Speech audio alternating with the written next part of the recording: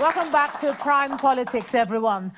Ensuring free, fair and credible elections in 2019 has been the payoff line on the lips of many for so long. Well, it's finally here. And though it's an event that involves multiple agencies, as we've heard tonight, the principal responsibility lies with INEC and its affiliates like civil society and election monitors. Well, tonight, let's take one more take from our audience tonight. And I'm going to call on Princess Cynthia Akitoye to give us a question or her comment.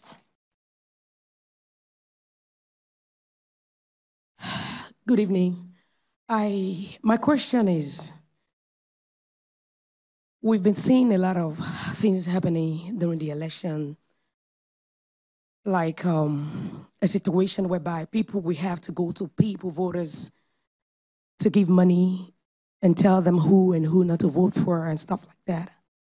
Then there has been, observers monitoring and all of that. How exactly are we, are you going to, deal with that this time around? How are we going to monitor that this time around? So I guess the question is, if you see open inducement as a monitor, is it just to see it and leave? What do you do, Mr. Nyeso? Or to quote Professor Odikari, to observe it, but just and do nothing beyond observing. You don't monitor, observe it. Yes, because like Professor Dinkalu pointed out, there's a difference between a monitor and an observer. As an observer, you don't influence, you don't act on the process. All you do, like the name suggests, is to observe, and you incident your observation. At the end of the elections, you submit your report to INEC, and then INEC has the responsibility of acting on that report. So to ask observers what they will do if they see inducement, we will do what we've been doing, and that is to report to INEC what we have seen, giving very specific details as to where we observed it. If we know who did it, we would say that, but then INEC still has to act. But can I ask you quickly, 1993, 3,000 observers, 12,000 observers, 1999. In 2003, 118 observers. 2011, 354 observers. 2015, 88 observers. What is the point of the observers? If all you do is observe, you can't do anything. Just tell us, because this is something you do. So tell us why you are there. Yeah, I don't think it's right to say all we just do is observe and we don't do anything, because in itself, the data generated from the field influences the process of INEC. For instance, a question was asked that what would INEC do if they have rogue ad hoc staff, not using the smart card readers. So the data gotten from the field, observers will feed that to INEC. INEC have their monitors, yes, but then we provide other information. And it also becomes, we also provide data for advocacy, for capacity building, so that INEC can know where they have some gaps and will work towards closing those gaps. So observation is very important, because we also have information which the populace would also need to know what is happening really on the ground. Then in that case, Mr. Shoba, if there is such a slim line between monitoring and observing, or one is a subset or the other, or they're supposed to be in cooperation with each other,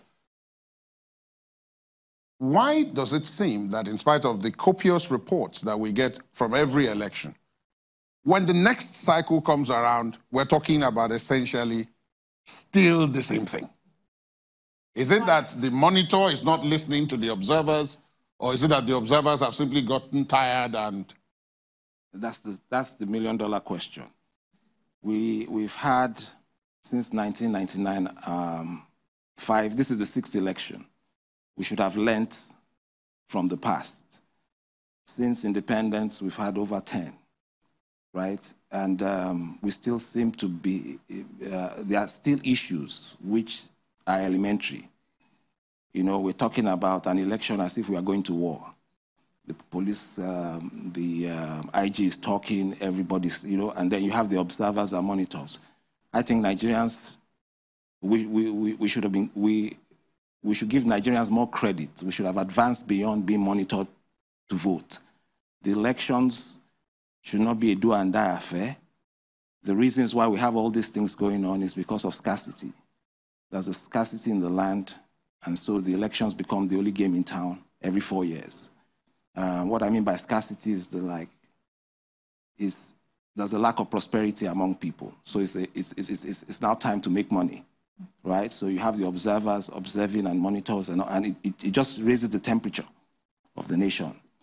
So what I think we should do is remove money off the table. What do I mean by that? We should stop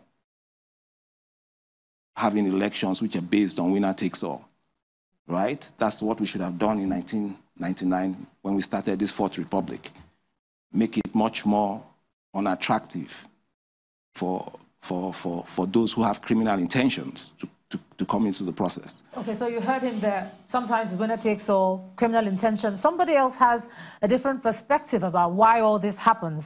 Let's just welcome a public health specialist, Adanze Oshomonika, to give us that perspective. Adanze.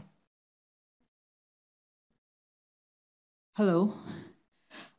According to the winner, I want to make a comment about there's a thread of conversation we've been saying, and we've been saying things like a lot of money is spent by a whole number of aspirants. We haven't talked about the mental health. We hardly ever bring that to play, the mental health of aspirants, the aspirants that will be the winner who takes all, and the ones who end up losing everything. After spending money that INEC has not been able to monitor. At what point do you think that can be a conversation in Nigeria, the mental health of aspirants, both those who actually win and enter into the government houses or Asu Rock, for example? Like I was discussing with someone today, and they mentioned that there should be in-house mental health specialists in Asu Rock, in the government houses, to, she laughs, but really. So I want to, where do we bring that conversation to bear, the mental health of aspirants? Not even just the mental health of aspirants, the mental health of even the observers and the monitors. Thank you. Actually, the mental health of everybody involved in the process. In the process, because sometimes you wonder, Prof. Some of the things that happen, of course, raise such questions. Well, look, she's accusing all of us, basically. She's not accusing. She's saying basically that elections make us mad. Right? Okay. That's delicately put. Thank you very much. But really, I do think she has a very good point. Earlier this week, we had this incident in Lagos in which folks were shot, killed. This week, we've had people in Katsina shot, killed. I've counted at least 13 people this week alone killed from election-related incidents, and it could get worse. And so the psychosis around elections is pretty serious, and of course, it extends to those in power. From Ruben Abati telling us about the things that happen with juju and a lot of other things, to the current administration telling us that rats have taken over the president's abode in the presidency. But I digress. The point is that there are things around elections that suggest some mental health issues. That is true. And our health minister has said that we do have a national situation of up to about 30% of Nigerians who are mentally ill. Of course, when you talk about mental illness, everyone talks madness. It's not quite the same thing.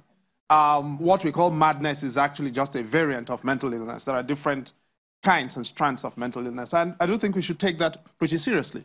But the only response we've got is a law enforcement response, which is, or a security sector response, which is really not as variegated as it could be. And let me just say one other thing in relation to points that have been made here previously. Election observation is actually very important for all manner of reasons. Not just for international credibility or legitimacy of the outcomes, but also for the safety and security of the participants. There are things you would otherwise get away with if monitors or observers were not there. And the developments internationally have increased the pressure on election observers to get things right. You look at the Kenyan elections, the last one, in which observers called the elections one way, and the Kenyan Supreme Court struck down the election, which brought credibility questions to the outcome of the election observation itself. In Zimbabwe, we've had recently the same thing, in which the credibility of observers itself was at issue. And therefore, I don't think we should take the role of observers for granted or suggest that observers somehow sort all the problems out, but they do have a critical role to play. One final thing is that howsoever we play it, observers are there for keeps. And their reports do make a contribution to whether or not you can determine an election as credible.